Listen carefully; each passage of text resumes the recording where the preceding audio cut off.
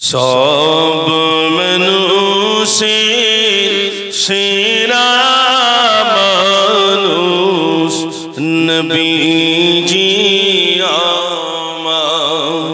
नूरेर बाती दाओ जले दाओ हृदय आमा तुमी खोदा श्रेष्ठ नबी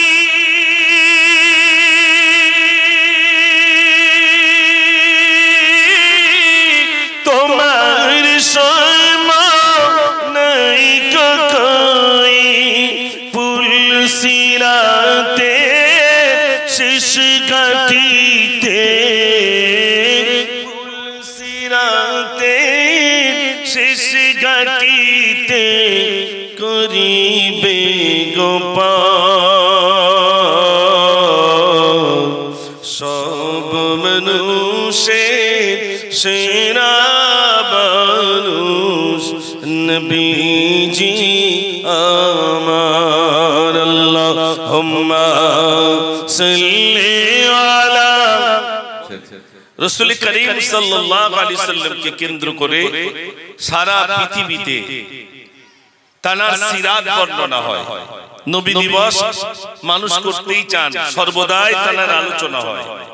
মনে রাখবেন, পৃথিবীতে যত মানুষের আলোচনা শুনবেন সওয়াব নাই, কিন্তু রাসূল করিম সাল্লাল্লাহু আলাইহি সাল্লামের সিরাত শুনবেন, যতক্ষণ শুনবেন ততক্ষণ পর্যন্ত আল্লাহ আমার আপনার আমলে শুধু সওয়াব লিপিবদ্ধ করবেন। জোরে বলুন সুবহানাল্লাহ। পৃথিবীতে এমন কোন মনীষী নাই জানার জীবন চরিত্র শুনলে বললে নিজের জীবনটা তৈরি হবে, নেই। একমাত্র পয়গম্বর রাসূল করিম সাল্লাল্লাহু আলাইহি সাল্লাম জানার চরিত্র সম্পর্কে আমি আপনি কি বলবো? আল্লাহ তো স্বয়ং বলেছেন ইন্নাকা লাআলা খুলুকিন আযীম। জানার সম্পর্কে আল্লাহ রাব্বুল আলামিন সনদ নিজেই দিয়েছেন। যারা বলুন না সুবহানাল্লাহ। আজ বিশ্ব নবী সাল্লাল্লাহু আলাইহি সাল্লাম তানার সিরাত বর্ণনা করবার যোগ্যতা আমার নেই, তবে আমি আংশিক কিছু আলোচনা আপনাদের কাছে রাখবো ইনশাআল্লাহ। মনে রাখতে হবে আল্লাহ রাব্বুল আলামিন আসমান জমিন কুল কায়নাত সৃজন করলেন, যুগে যুগে নবী প্রেরণ করেছেন। নবীদের আসার কারণ কি? কারণ একটাই ছিল, আল্লাহ রাব্বুল আলামিন জানেন আমার বান্দা আমাকে ভুলে যাবে। আল্লাহ রূহের জগতে জিজ্ঞাসা করেছিলেন আলাস্তু বিরাব্বিকুম, আমি কি তোমাদের প্রভু নই?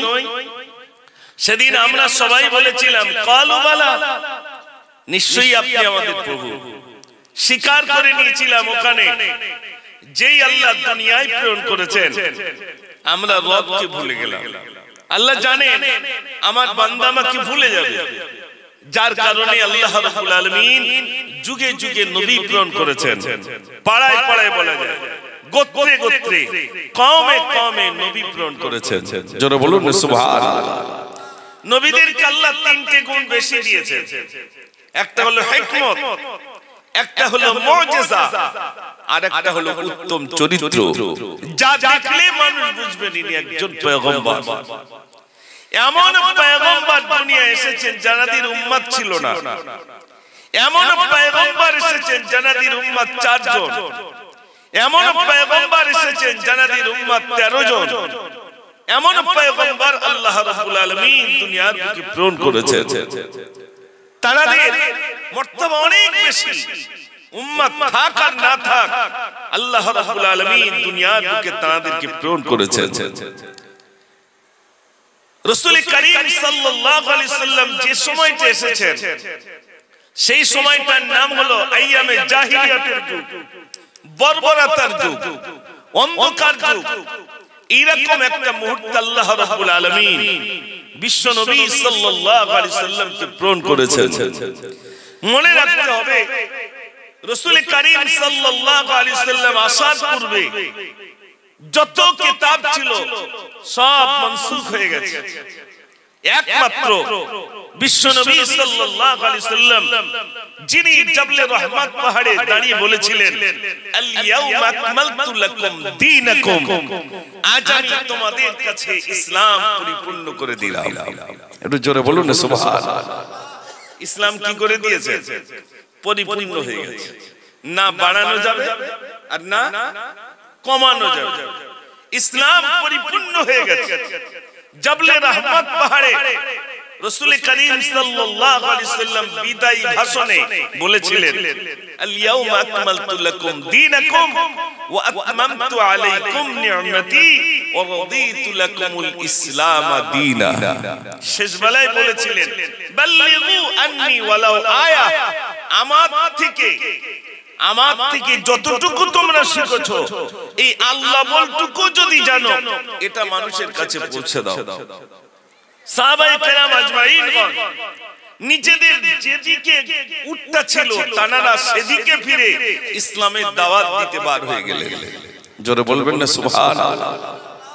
নইলে আজ আমাদের পর্যন্ত পৌঁছালো কিভাবে? তানাদের বিরাট কুরবানি ছিল, নিজেদের জীবনটাকে উজাড় করে দিয়েছে, জীবনটা ইসলামের জন্য বিলিয়ে দিয়েছে, সম্পদগুলো ইসলামের জন্য দান করে দিয়েছে, কিচ্ছু ছিল না।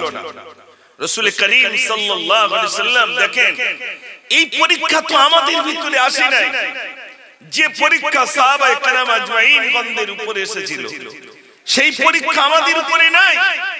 রাসূল করিম সাল্লাল্লাহু আলাইহি সাল্লাম যখন মক্কা থেকে মদিনায় চলে এসেছেন তো মদিনায় কিছু মহিলা তানারা মদিনায় আসছে। আবু জেহেলের সৈন্যদের সঙ্গে দেখা। আবু জেহেলের সৈন্যরা বলছে এই মহিলা তোমরা কোথায় যাও? আমরা মদিনায় যাই। মদিনায় যাও? ঠিক আছে যাও, বুঝেছি মুহাম্মদ সাল্লাল্লাহু আলাইহি সাল্লাম চলে গেছেন তাই তোমরা মদিনায় যাও। তোমাদের কোলের বাচ্চাগুলো মক্কায় জন্ম নিয়েছিল, তোমরা মদিনায় যাবে, যাও, বাচ্চাগুলো দেব না। আপনারা বলুন মায়ের কোলের শিশু সন্তানকে যদি কেউ কেড়ে নেয় ওই মা কি আর রাস্তায় এগোতে পারবে? কদম ফেলতে পারবে? কোলের বাচ্চাটাকে টেনে নিয়ে মরুভূমির বালুর উপরে শুইয়ে দিয়ে বেঈমানেরা বলছে মহিলা যদি মদিনায় যাও তোমাদের সামনে বাচ্চাগুলোকে জবাই করব, আর যদি মক্কায় ফিরে যাও এই বাচ্চাগুলো আবার তোমাদের কোলে ফিরিয়ে দেব। এরকম পরীক্ষা আমাদের হয়েছে ভাই? নাই। বিশ্বনবী সাল্লাল্লাহু আলাইহি সাল্লামের মুহাব্বতে ভাই আমার মক্কার মহিলারা তানারা রাসূলের মুহাব্বতে যখন চলেছেন প্রতিমধ্যে যখন এমন দেখা হয়ে গেল বেঈমানেরা বলে এই মক্কার মহিলারা তোরা যদি মদিনায় যাস তোদের সামনে তোদের বাচ্চাগুলোকে জবাই করে দেব, আর যদি মক্কায় ফিরে যাস তোদের বাচ্চাগুলো তোদের কোলে ফিরিয়ে দেব, বল তোরা কোনটা করবি? ভাইরা আবার সেদিন মহিলারা গর্জে উঠে আবু জেহেলের সৈন্যদেরকে বলতে শুরু করলো এ বাতিলেরা শোন, তোরা কি চাস আমাদের বাচ্চাগুলো মরুভূমির বালুর উপরে চিৎ করে শুইয়ে দিয়ে ওরা কাঁদছে মা মা বলে? তোরা কেটা ভাবিস এরপরেও আল্লাহ রাসূলের মহব্বত আমাদের অন্তর থেকে কেউ কেড়ে নিতে পারবে? ভাইরা আমার মক্কার ওই সমস্ত বেদিনদেরকে কাফেরদেরকে সম্বোধন করে যারা ইসলাম বিরোধী ছিল নবী বিরোধী ছিল তাদেরকে মহিলারা বলছে শোনেন আমাদের কলিজার টুকরা সন্তানগুলোকে তোরা জবাই করে দিতে পারিস, আমাদের বাচ্চাগুলোকে আমাদের সামনে তোরা জবাই করে দিতে পারিস, আবার নবীর মহব্বত আমাদের কলিজা থেকে কেড়ে নিতে পারবে না। জোরে বলুন না সুবহানাল্লাহ। রাসূলের মহব্বত কেড়ে নিতে পারবে না, বাচ্চাগুলোকে তোরা শহীদ করে দিতে পারিস, মহব্বত কেড়ে নিতে পারবি না। পারি না। রাসূলের মহব্বতে মানুষ পাগলের মতো ছুটেছে। ইয়া রাসূলুল্লাহ এক সেকেন্ড না দেখলে থাকতে পারি না। একটু জোরে বলবেন না সুবহানাল্লাহ। আমরা এখানে যারা উপস্থিত হয়েছে রাসূলের প্রতি কতটা ভালোবাসা আছে ভাই? আল্লাহ তো বলেই দিয়েছেন কুল ইন কুনতুম الله فاتبعوني يحببكم الله যদি তোমরা আমাকে ভালোবাসতে চাও আমার রাসূলের ইত্তেবা করো আমার রাসূলের ভালোবাসো তাহলে তোমরা আমার ভালোবাসা পেয়ে যাবে এটা কে বলেছেন কার কথা ভাই আপনারা মিলাদ শুনছেন না মনে মনে হ্যাঁ তো এইটা বলতে এত সময় লেগে তার মানে ঢুকতে না মনে হয় লাইন নাকি আমার কথাটি হ্যাঁ করতে হবে আগের মতই না যে গদ বলবো চুপচাপ শুনবো হ্যাঁ হুঁ করতে হবে তাহলে বোঝা যাবে যে না আমারটা যাচ্ছে আর যদি কিচ্ছু না বলে তাহলে বোঝা যাবে ওই যেরকম নামাজ পড়তে পড়তে মানুষের দোকানের হিসাব হয় বলো এক ইমাম সাহেব নামাজ পড়াচ্ছে এখন 3 রাকাত কি 4 রাকাত মাঝে মাঝে ইমাম সাহেব বসে যায় হ্যাঁ না কথা বলে এখন সে বেচারি বলছে ইমাম সাহেব বলছে তুমি 3 রাকাত পড়েছো 4 রাকাত হয়নি ইমাম সাহেব বলছে না আমি 4 রাকাত পড়েছি আর মুসল্লিরা বলতে আমি তো বুঝতে পারিনি তো তুই কি করে ধরতে পারছো বলে আমার সবে 3টে দোকানের হিসাব হয়েছে মানে 3 রাকাত হয়েছে কয় রাকাত ভাই 3 রাকাত মানে 3টে দোকানের হিসাব কমপ্লিট হয়েছে আসরের নামাজ 4 রাকাত তার একটা দোকানের হিসাব কই গেল তার মানে তুই 3 রাকাত পড়েছিস তোর নামাজ পড়িস না হিসাব করিস কথা বলে হিসাব করেছে তা আমার মিলাদ এখানে যদি হয়তো দেখতে পাচ্ছি বসে রয়েছি কিন্তু মন হয়তো দোকানের হিসাব করছে তাহলে হুঁ হ্যাঁ করলে তাহলে বুঝতে পারবো না আমারটা কি অন্তত মানুষ শুনছে এজন্য দেখেন মিলাদ মানে এই নয় যে হুজুর এসে কায়দা করে সুর আর সুর না দিলে তো মিলাদ না মানুষ মনে করবে মিলাদ হচ্ছে না মুর্শিদাবাদে এক জায়গায় জলসায় গেছি তো আমি সুর দেইনি বেশ কিছুক্ষণ কথা বলেছি তা আমাকে লাস্টে বলছে তা হুজুর তো মিলাদ করবা কখন 1 ঘন্টা তো হয়ে গেল তার মানে কি তারা ভাবে সুর না দিলি মিলাদ হয় সুর তোমাকে দোয়াই লাগবে যার দিনাজপুরে যায় বলছে হুজুর ওই কথা বললি হবে না শুধু সুর দিতে যাইতে হবে না তো লোক সব চলে যাবে তা কতক্ষণ সুর দেবেন তার মানে কি ওর কাজটাই হলো সুরি বসে থাকবে সুর বন্ধ পালাবে এক এক জায়গার এক এক রকম সিস্টেম কিন্তু আমাদের উত্তর চশমা না তা না আমাদের এখানে জলসা হয় কতক্ষণ খুব জোর 12টা আর আজকে তার 12 পর্যন্ত যাবে না তাই এই অবস্থা জান ডায়মন্ডাবড়া জান নামখানা একদম ফজরের পরে আবার একটা রেখে দিবে সে ফজরের পরে লাগবে ফজরের পরে আরেকজন বক্তব্য রাখবে আমাদের এখানে 12টা পর্যন্ত কেন না কত সুন্দর দেখেন যে ফজরের নামাজ কাজা হোক আর মিলাদ চলুক এটা কি আপনারা চান না বরং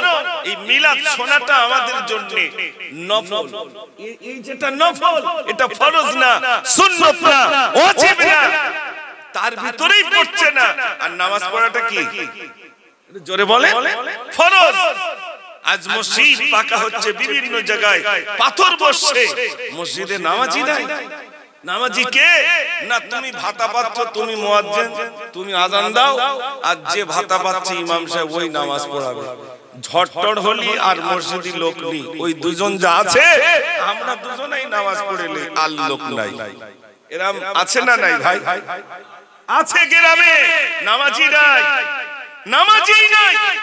মসজিদে মাত্র দুজন একজন ইমাম সাহেব আর একজন মুয়াজ্জিন সাহেব বললে ভাই খুব কষ্টের কথা বলছি বিশ্বাস করুন আজ মানুষ নামাজ পড়তে চায় না তুমি মিলাদ শুনতে বলো সকাল থেকে সন্ধ্যা পর্যন্ত শুনবে আর যেই নামাজের টাইম আসবে সে সুসুর করে দোকানের দিকে বসে থাকতে নামাজ যেন তাকে ধরে রেখে দিয়েছে নামাজ পড়তে আসে না যে নামাজের ভিতরে নামাজ হলো আল্লাহর হুকুম ফরজ এক ওয়াক্ত নামাজ ছেড়ে দেবে 80 হোক বা জাহান্নামে পড়তে হবে এক ওয়াক্ত নামাজ যদি কেউ ইচ্ছাকৃত ছেড়ে দেয় 80 হোক বা জাহান্নামে পড়তে হবে 80 হোক বা মানে কত এক হোক বা হলো 2,88,00,000 বছর হলো এক হোক বা তাহলে বাড়ি গিয়ে কম্পিউটার এই মোবাইলে হিসাব করবেন 80 হোক বা তাহলে কতদিন জাহান্নামে পড়তে হবে মানুষের ভয় আছে ভাই জোরে বলে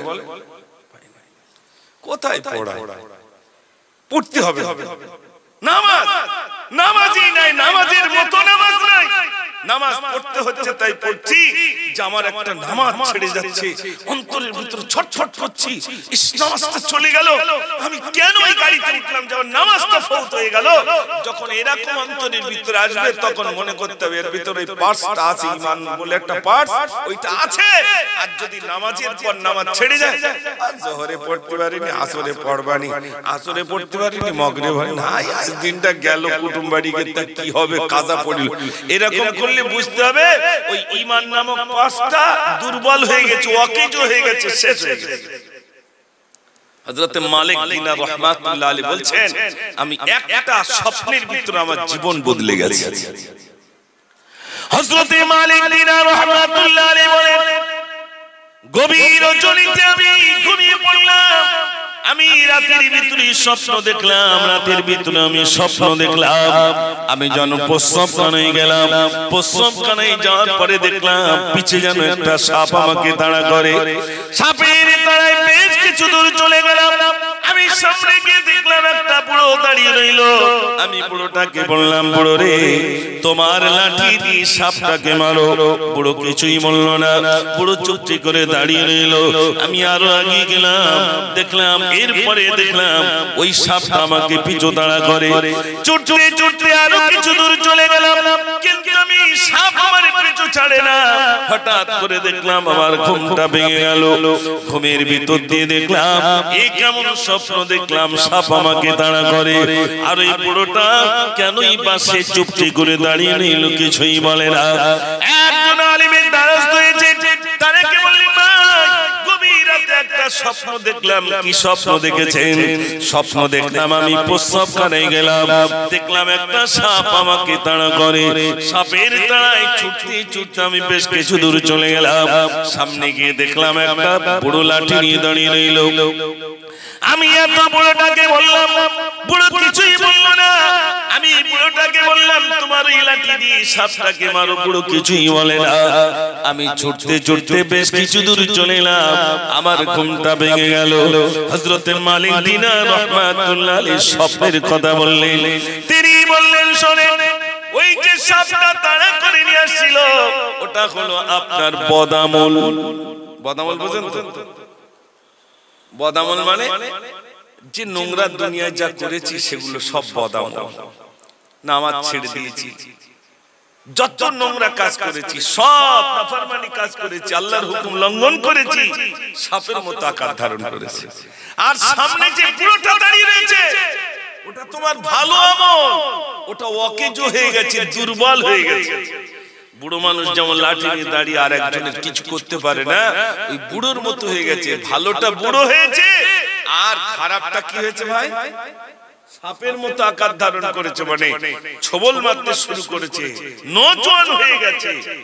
হযরত মালিক দিনার রাহমাতুল্লাহ আলাইহি ভাবলেন, কি স্বপ্ন দেখলাম। ও সোনার ভাইরা আমার, হযরত মালিক দিনার রাহমাতুল্লাহ আলাইহি তিনি বলেন, আমি এবার তওবা করতে শুরু করলাম, আমার ভালো আমলটা অকেজো হয়ে গেছে, বুড়োর মতো হয়ে গেছে, আর বদ আমলটা সাপের মতো আকার ধারণ করেছে।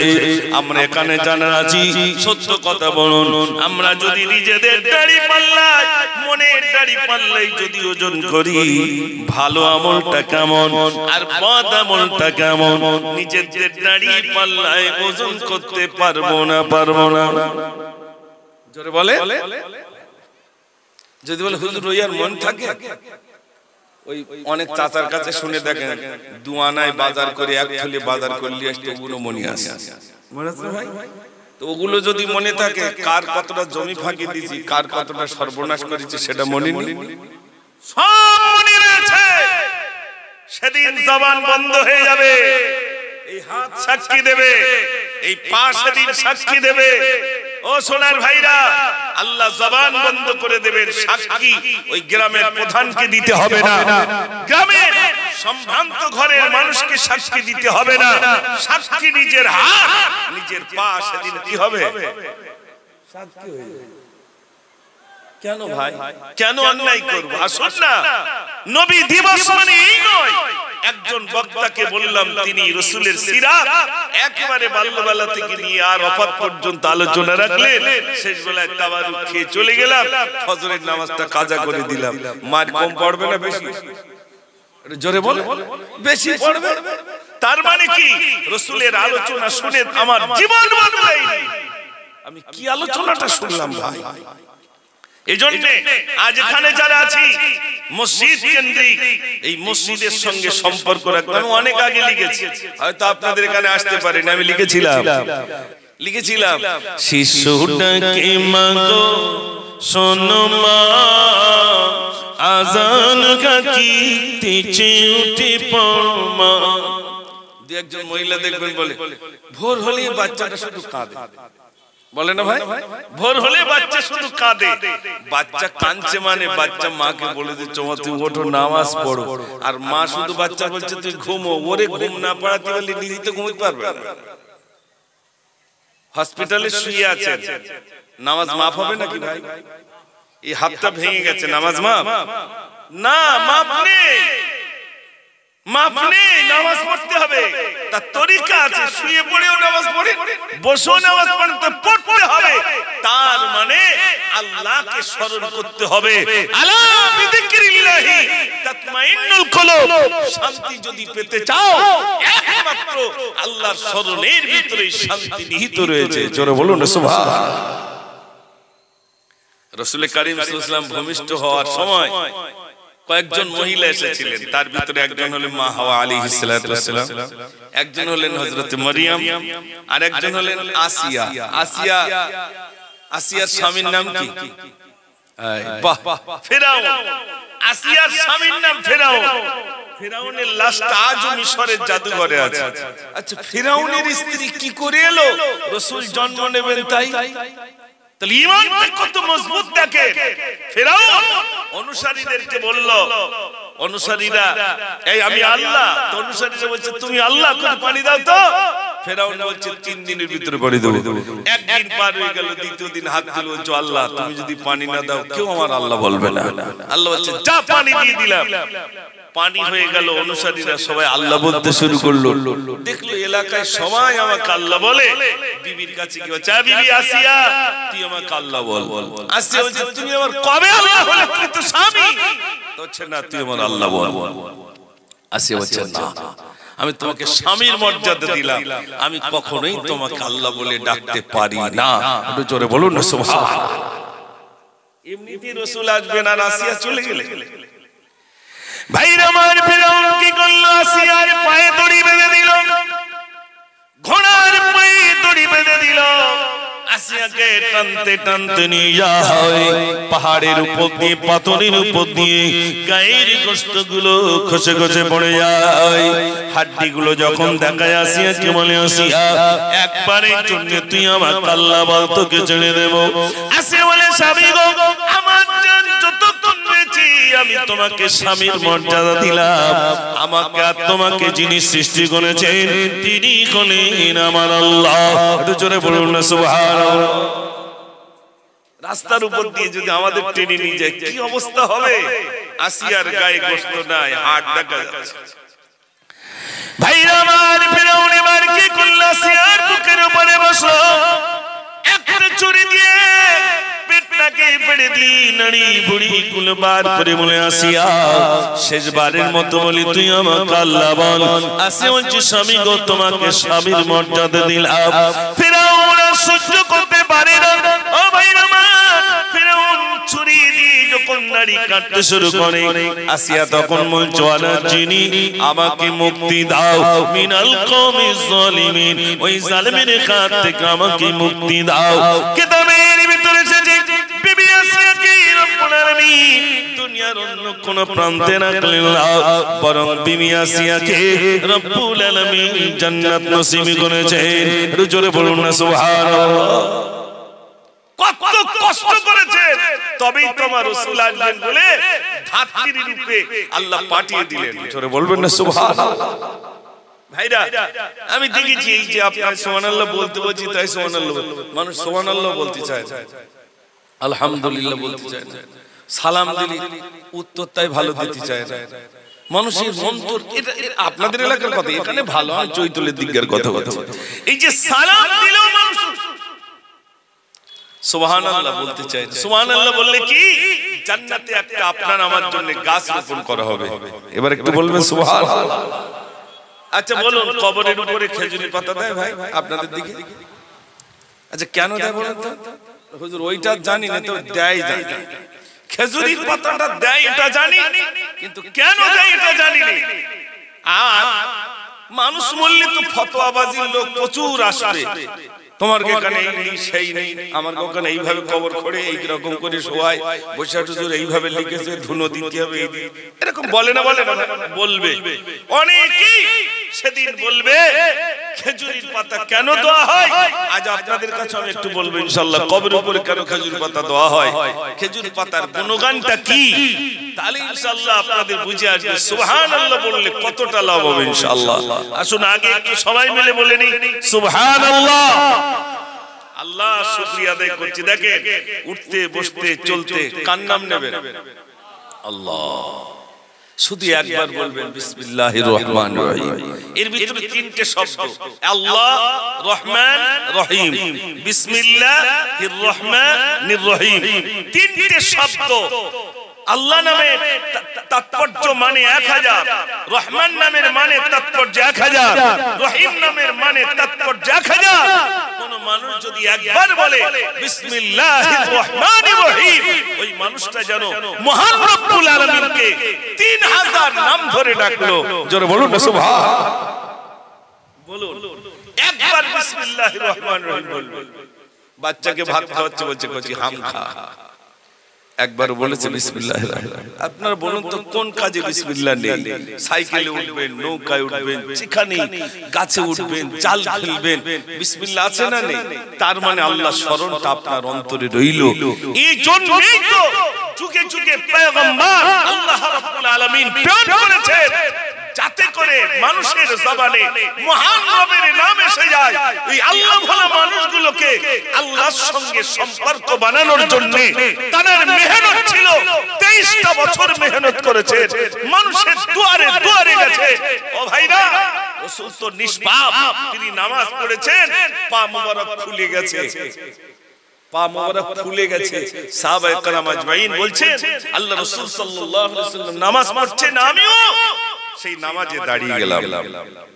বিশ্বনবী সাল্লাল্লাহু আলাইহি ওয়াসাল্লাম নামাজ আদায় করেন, সাহাবায়ে কেরাম বলেন আল্লাহর নবীর সঙ্গে আমরাও দাঁড়িয়ে গেলাম। আমরা মনে মনে করলাম আল্লাহর নবী বুঝিয়া রুকুতে যাবেন না, এত লম্বা সময় ধরে তিনি নামাজ আদায় করতেন। আল্লাহ রাসূল যখন রুকুতে যেতেন, আমরা আবার রুকুতে চলে যেতাম। আমরা মনে মনে করতাম আল্লাহর নবী বুঝিয়া রুকু থেকে উঠবেন না, এত লম্বা সময় ধরে তিনি রুকুতে থাকতেন। একটু জোরে বলুন না সুবহানাল্লাহ। আর আমরা নামাজ পড়তে যে কম্পিউটারের মতো ঠুকি আর উঠি, ঠিক বলছি না ভুল বলছি? আরে রুকুতে গিয়ে সুবহানা রাব্বিয়াল আযীম, আল্লামা হুজুর বলছেন ওয়া যদি না বার করতে পারো তাহলে বলো সুবহানা রাব্বিয়াল কারীম, তাহলে মানে বদলাবে না। তাই আল্লামা হুজুর লিখেছেন কারীমটা বলো যদি ওয়া না উচ্চারণ করতে পারো। সেজদায় গিয়ে বলো সুবহানা রাব্বিয়াল আলা, আল্লাহর বড়ত্ব মহত্ব গুণগান করো। এগুলো পারলাম না, এগুলো পারলাম না।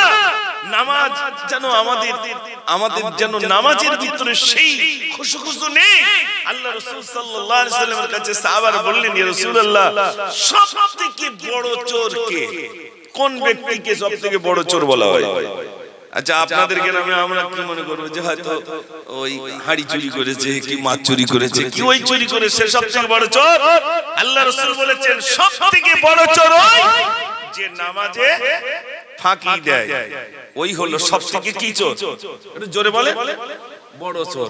এখন বলেন আমরা নামাজে ফাঁকি দেই না দেই না? একটু জোরে বলে ফাঁকি। তাহলে আমরা তো চোরের খাতায়। হযরত আলী রাদিয়াল্লাহু তাআলা নামাজ আদায় করতেন, হযরত ওমর ফারুক, সাহাবায়ে কেরাম আজমাইন কোন তানাতের নামাজ আর আমাদের নামাজ। ভাইরা আমার, আমাদের ইমাম আযম আবু হানিফা রাহমাতুল্লাহ আলাইহি, ভাইরা আমার পাঁচ জোড়াই নামাজ আদায় করতেন। ইহুদি তার ছেলেকে বললেন, বাবা, ছেলে তার বাবাকে জিজ্ঞেস করলো, বাবা, পাহাড় চূড়ে একটা বাবলা গাছ দেখতাম, ওই বাবলা গাছটা কেন আর দেখা যায় না, একটুখানি বলেন। ইহুদি তার ছেলেকে বলছে, বাবা রে, তুমি যেটা বাবলা গাছ মনে করতো ওটা বাবলা গাছ নয় বাবা, ওটা হলো জামানার ইমাম, ইমামে আজম আবু হানিফা। সারাটা রাত ধরে তিনি নামাজ আদায় করতে, সারা রাত ধরে নামাজ আদায় করে, আর আমরা সারা রাত ধরে মোবাইল ঠেলি। ঠিক বলছি না ভুল বলছি? জীবন তৈরি করতে পেরেছি, চোখের পানিতে কি আমাদের অন্তরটা ভেজাতে পেরেছি? পারে ভাইরা আমার, ইমামে আযম আবু হানিফা রাহমাতুল্লাহ আলাইহি রাস্তা দিয়ে চলতেন। কিছু মানুষ বলতেন, ওই যে মানুষটা আসছে, ওই মানুষটা দৈনন্দিন 300 রাকাত নামাজ আদায় করেন। কেউ বললেন 500 রাকাত নফল নামাজ আদায় করেন। ইমাম আযম বললেন, না না না, আমি 300 রাকাত পড়ি। মানুষ জেনে নিল 500 রাকাত নামাজ, আল্লাহর কাছে আমি সেদিন কিভাবে কৈফিয়ত দেব? ও ইমামে আযম, আল্লাহ যদি আমাকে জিজ্ঞাসা করে, মানুষ জেনে নিয়েছিল তুমি 500 রাকাত নফল নামাজ পড়তে, কিন্তু আমি তো 200 রাকাত কি 300 রাকাত পড়তাম, সেদিন আল্লাহর কাছে আমি কেমন করে কৈফিয়ত দেব? ইমাম আযম আবু হানিফা রাহমাতুল্লাহ আলাইহি সেই দিন থেকে দৈনন্দিন 500 রাকাত নফল নামাজ আদায় করতে। আমরা 5 রাকাত, এই আপনার 5 ওয়াক্ত নামাজ তাই পড়তে চাই। ও সোনার ভাই, আল্লাহর নবী সাল্লাল্লাহু আলাইহি ওয়াসাল্লাম বলেন, আমার উম্মতেরা শোনো, যদি সময় এই নামাজটা তোমরা সপ্তাহে একবার করে পড়বে, সপ্তাহে যদি সম্ভব না হয় মাসে অন্তত একবার করে পড়বে, মাসে যদি সম্ভব না হয় বছরে অন্তত একবার করে পড়বে, বছরে যদি সম্ভব না হয় মরণের আগে অন্তত একটা বার ওই নামাজটা পড়ে মরো। এবার বলুন বলুন, ওই নামাজটার নাম কি? মাশাআল্লাহ, দেখেছেন ভাই? বলছে সালাতুত তাসবিহ নামাজ। আল্লাহর নবী বলেছেন, মরার আগে অন্তত একটু পড়িয়ে মরো। এখন আমাদের ভিতরে এই নামাজ পড়ছি 5 ওয়াক্ত না, আরো তো নামাজ আছে না নাই ভাই? তাহাজ্জুদের নামাজ আছে না না? আল্লাহর নৈকট্য লাভ যদি করতে চান, রাসূলের দিদার যদি নসিব করতে চান, আল্লাহ রাসূলকে দেখতে চাই, তাহলে তাহাজ্জুদ গুজারি হতে হবে। আল্লাহ রাসূলকে আপনি স্বপ্নে দেখতে পাবেন। একটু জোরে বলুন না সুবহানাল্লাহ। সেই নামাজ কি আমাদের আছে? মসজিদের ভিতরে কি আল্লাহর ধ্যানে কোনোদিন বসেছি? মসজিদে 4-5 জন বসলে যে লোকজন আছে, মসজিদে নববী শরীফে এক ইমামের পিছনে 10 লক্ষ মানুষ নামাজ আদায় করেন, কোনো আওয়াজ নাই। আর আমাদের মসজিদে 4-5 জন মাগরিবের নামাজ পড়তেছে, চপাট করে আওয়াজ দিচ্ছে। চাচা জিজ্ঞেস করতে, অত জোরে আওয়াজ করলে মশাটা এত জোরে কামড়াচ্ছিল, তাই চপাট করে আওয়াজ দিচ্ছে, সারা লোক বুঝতে পারছে না চাচা নামাজ পড়ছে। সেদিন এক জায়গায় নামাজ আপনার সবরে সাদিতে গেলাম, ইমাম সাহেব যিনি, আমরা সবাই বসে আছি, ইমাম সাহেব দুটো কথা বলছেন শুনছি। তো ইমাম সাহেব বলে ফেলেছেন, আর কেউ যোহরের সুন্নত পড়বেন না, আর মাত্র 2 মিনিট বাকি রয়েছে, এখনই আর কেউ যেন নিয়ত করবেন না। তা সে বেচারি নামাজ পড়তে, আমার তার দিকে নজর চলে, দিব্যু ঘড়িটা দেখে নামাজ পড়তে দিব্যু ঘড়ির দিকে নজর গেল। সালাম কোন দিকে ফিরতে হয়? আসসালামু আলাইকুম রাহমাতুল্লাহ, আসসালামু আলাইকুম রাহমাতুল্লাহ যে বললো, কাকে বললো আর কি বললো কোনদিন ইমাম সাহেবের কাছে শুনিনি। ইমাম সাহেব, এই যে আসসালামু আলাইকুম রাহমাতুল্লাহ বলি, কাকে বলি? আর এদিকে ফিরে যে বলি আসসালামু আলাইকুম রাহমাতুল্লাহ, কাকে সালাম দিই একটু বলবেন? এই কথা বলেন। বরং ইমাম সাহেব যদি একবার বলেন, ভাই মুসল্লিয়ানে কেরাম সবাই বসবেন, আপনাদের সূরা ফাতিহা শরীফটা একটু শুধু জিজ্ঞেস করব, যেখানে যেখানে ভুল আছে বলে দেব। ইমামের চাকরি থাকবে বলি মনে হয় ভাই? আরে হ্যাঁ না বলে, চাকরি কি করতে হবে? টাকা দিয়ে ইমাম রেখেছে, সে সূরা ফাতিহা জিজ্ঞেস করবে, তার মানে ও সব জিজ্ঞাসা করবে কেন? বলো, আমি এক্ষুনি 5টা গজল বলি, বললেন না ঠিক আছে। আর এই যে মিলাদতে করছি, অনেকে মনে হচ্ছে ওরাম করে সব বোনাস করছিস কেন? এর মনে মনে হচ্ছে না ভাই? হবে স্বাভাবিক। গজল বল আগে বলতাম উঠি পারে চালিয়ে দিতাম, এখন লিক সারাই না করা পর্যন্ত হাওয়া দেয়। এখন লিক সারাই করলেই তারপরে একটু হাওয়া দেই যাতে হাওয়াটা থাকে, তার জন্য আমি কিছু গজল শোনাবো ইনশাআল্লাহ। তার আগে একটু তাকবীর দেন, নারে তাকবীর।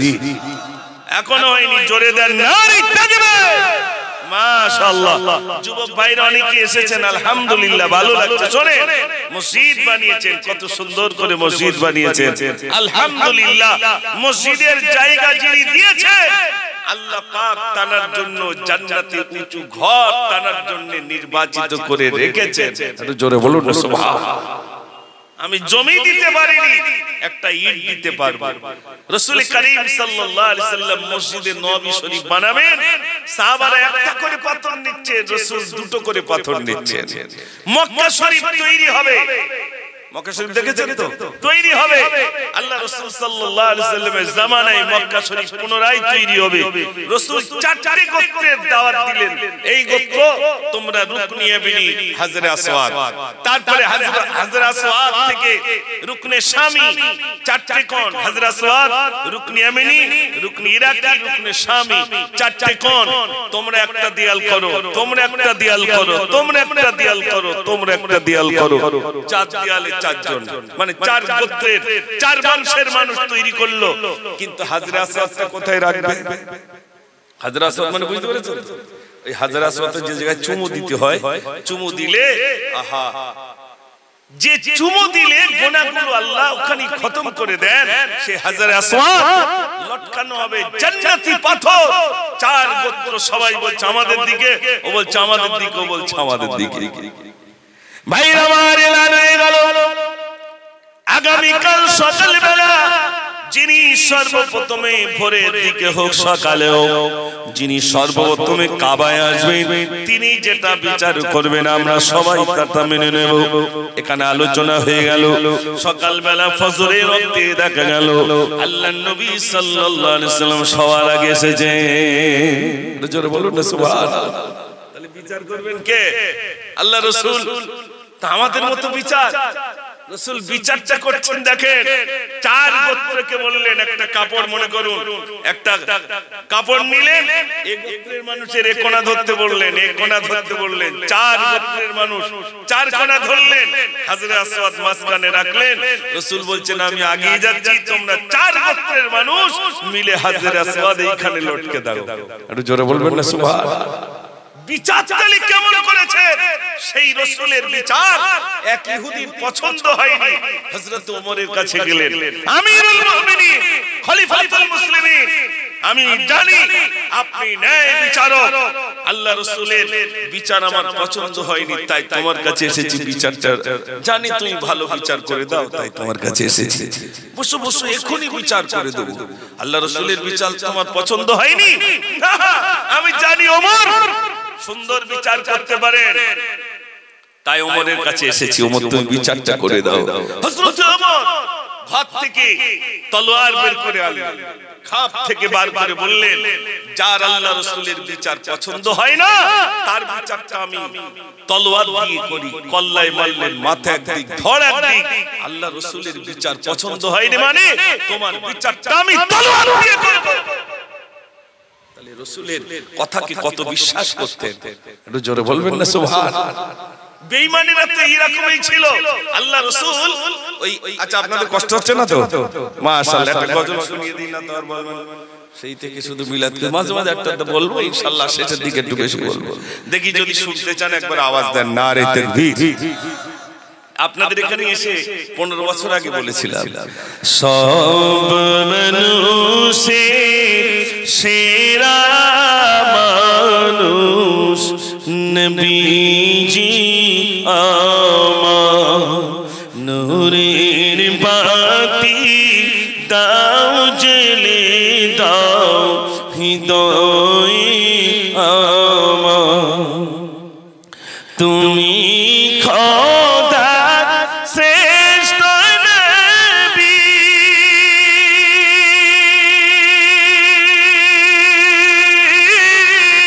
তোমার সমান নাই কোই, ফুল সিরাতে শেষ ঘাটিতে, ফুল সিরাতে শেষ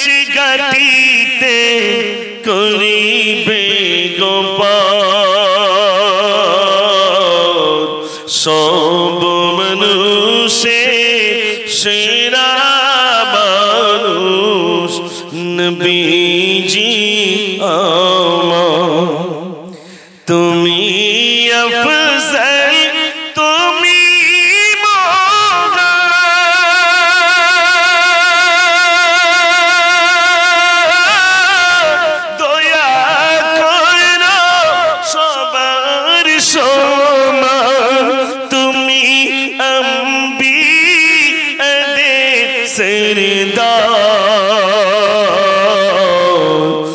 নবীজি আমার সব মানুষে